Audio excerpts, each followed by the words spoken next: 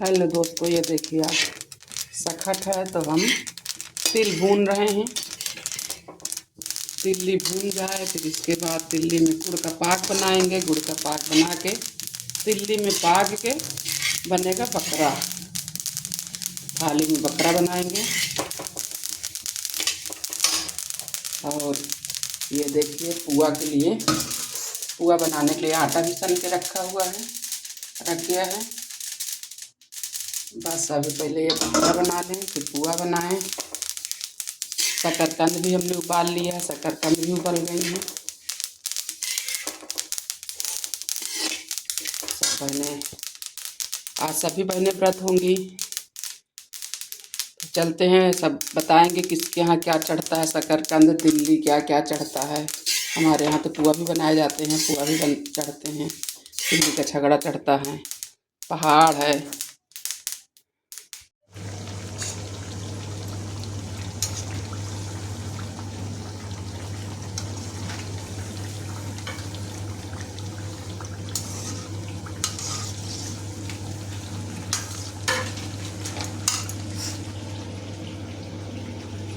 पुआ भी बन गए, पहाड़ भी बन गया।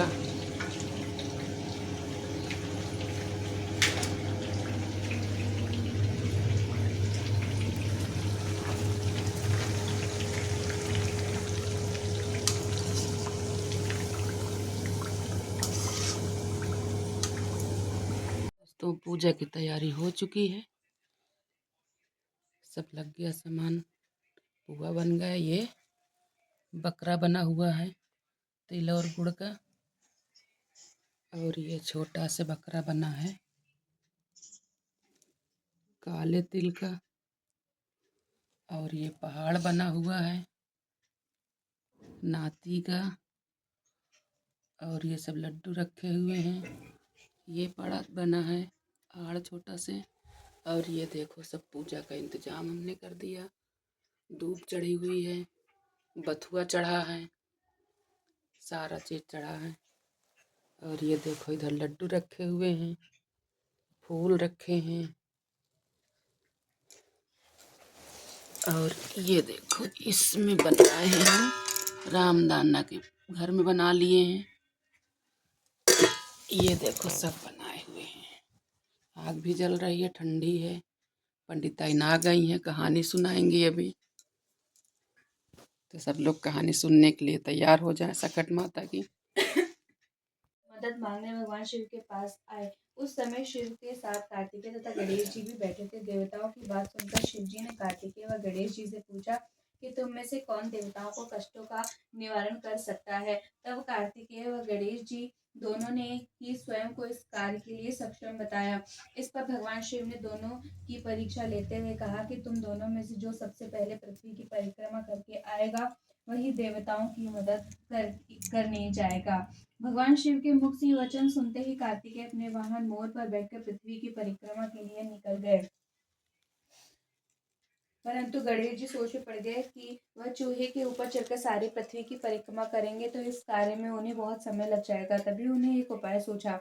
गणेश अपने स्थान से उठे और अपने माता पिता की 7 बार परिक्रमा करके वापस बैठ गए। परिक्रमा करके लौटने पर कार्तिकेय स्वयं को विजेता बताने लगे। तब शिव जी ने श्री गणेश से पृथ्वी की परिक्रमा न करने का कारण पूछा। तब गणेश जी ने कहा, माता पिता के चरणों में ही समस्त लोग। ये सुनकर भगवान शिव जी ने गणेश जी को देवताओं के संकट दूर करने की आज्ञा दी। इस प्रकार भगवान शिव ने गणेश जी को आशीर्वाद दिया कि चतुर्थी के दिन जो तुम्हारा पूजन करेगा, रात्रि में चंद्रमा को अर्घ देगा, उसके तीनों ताप यानी दैहिक ताप, दैविक ताप तथा भौतिक ताप दूर होंगे। इस व्रत को करने से व्रतधारी के सभी तरह के दुख दूर होंगे और उसे जीवन के भौतिक सुखों की प्राप्ति होगी। चारों तरफ से राज्य में एक कुम्हार था, वह मिट्टी के बर्तन बनाता लेकिन वे कच्चे रह जाते। एक पुजारी की सलाह पर उसने इस समस्या को दूर करने के लिए छोटे बालक को मिट्टी के बर्तनों के साथ आवा में डाल दिया। उस दिन संकष्टी चतुर्थी का दिन था। उस बच्चे की माँ अपने बेटे के लिए परेशान थी। उसने गणेश जी से बेटी की कुशलता की प्रार्थना की। दूसरे दिन जब कुम्हार ने सुबह उठकर देखा तो आवा में उसके बर्तन तो पक गए थे लेकिन बच्चे का बाल बांका भी नहीं हुआ था। वह डर गया और राजा के दरबार में जाकर सारी घटना बताई। इसके बाद राजा ने उस बच्चे को उसकी माँ को बुलवाकर बच्चे और उसकी माँ को बुलवाया तो माँ ने सभी तरह के विघ्न को दूर करने वाली संकष्टी चतुर्थी का वर्णन किया। इस घटना के बाद से महिलाएं संतान और परिवार के सौभाग्य के लिए संकट चौथ का व्रत करने लगी। कथा समाप्त। तीसरी का समय आ गया। सभी देवता अपनी पत्नियों के साथ विवाह समारोह में आए। उन सब में देखा कि गणेश जी कहीं दिखाई नहीं दे रहे। तब वे आपस में चर्चा करने लगे कि क्या गणेश जी को नहीं न्योता है या स्वयं गणेश जी ही नहीं आए हैं। सभी को इस बात पर आश्चर्य होने लगा। तभी सबने विचार किया कि विष्णु भगवान से ही इसका कारण पूछा जाए। भगवान विष्णु से पूछने पर उन्होंने कहा कि हमने गणेश जी के पिता भोलेनाथ महादेव को न्योता भेजा है। यदि गणेश जी अपने पिता के साथ आना चाहते तो आ जाते, अलग से न्योता देने की कोई आवश्यकता भी नहीं थी। दूसरी बात यह है कि दूसरे के घर जाकर इतना सारा खाना पीना अच्छा भी नहीं लगता। इतनी वार्ता कर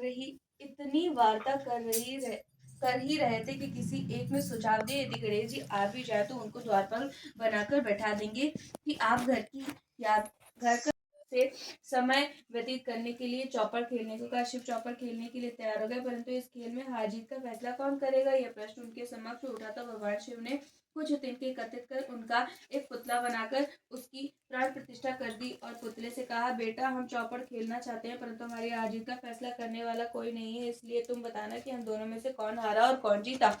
इसके बाद भगवान शिव और माता पार्वती का चौपड़ खेल शुरू हो गया। यह खेल 3 बार खेला गया और सहयोग से तीनों बार माता पार्वती ही जीत गई। खेल समाप्त होने के बाद बालक से हार जीत का फैसला करने के लिए कहा गया तो उस बालक ने महादेव को विजय बताया। सुनकर माता पार्वती क्रोधित हो गई। क्रोध में उन्होंने बालक को लंगड़ा होने, कीचड़ में पड़े रहने का श्राप दे दिया। बालक ने माता पार्वती से माफी मांगी और कहा कि ये मुझसे अज्ञानतावश ऐसा हुआ है, मैंने किसी द्वेष भाव से ऐसा नहीं किया।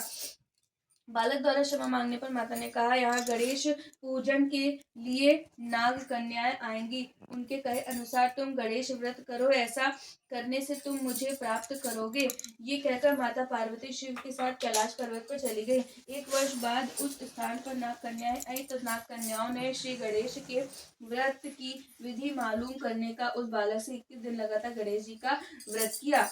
उसकी श्रद्धा से गणेश जी प्रसन्न हुए। उन्होंने बालक को मनवांछित फल मांगने के लिए कहा। उस पर उस बालक ने कहा, हे विनायक, मुझ में इतनी शक्ति दीजिए कि मैं अपने पैरों से चलकर अपने माता पिता के साथ कैलाश पर्वत पर पहुंच सकूं और वे यह देख प्रसन्न हो।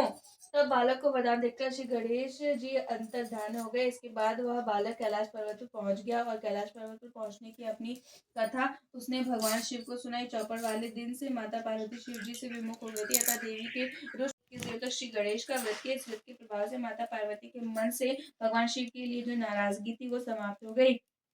तब ये व्रत विधि भगवान शंकर ने माता पार्वती को बताई। सुनकर माता पार्वती के मन में भी अपने पुत्र कार्तिकेय से मिलने की इच्छा जागृत हुई। तब माता पार्वती ने भी 21 दिन तक श्री गणेश जी का व्रत किया तथा दूर्वा फूल और लड्डुओं से गणेश जी का पूजन अर्चन किया।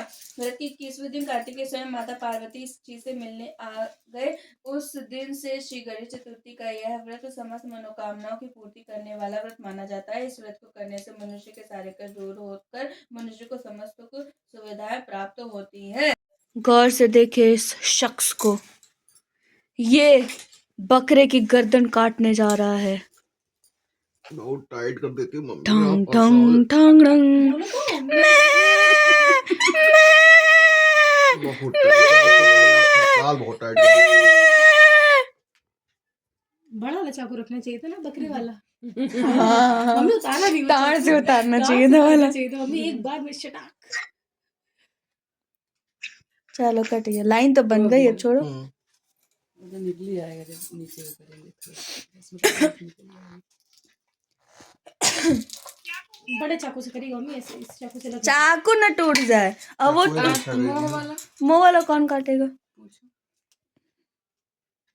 मुंह वाला लड्डू गोपाल से कटवा दो। मुंह वाला लड्डू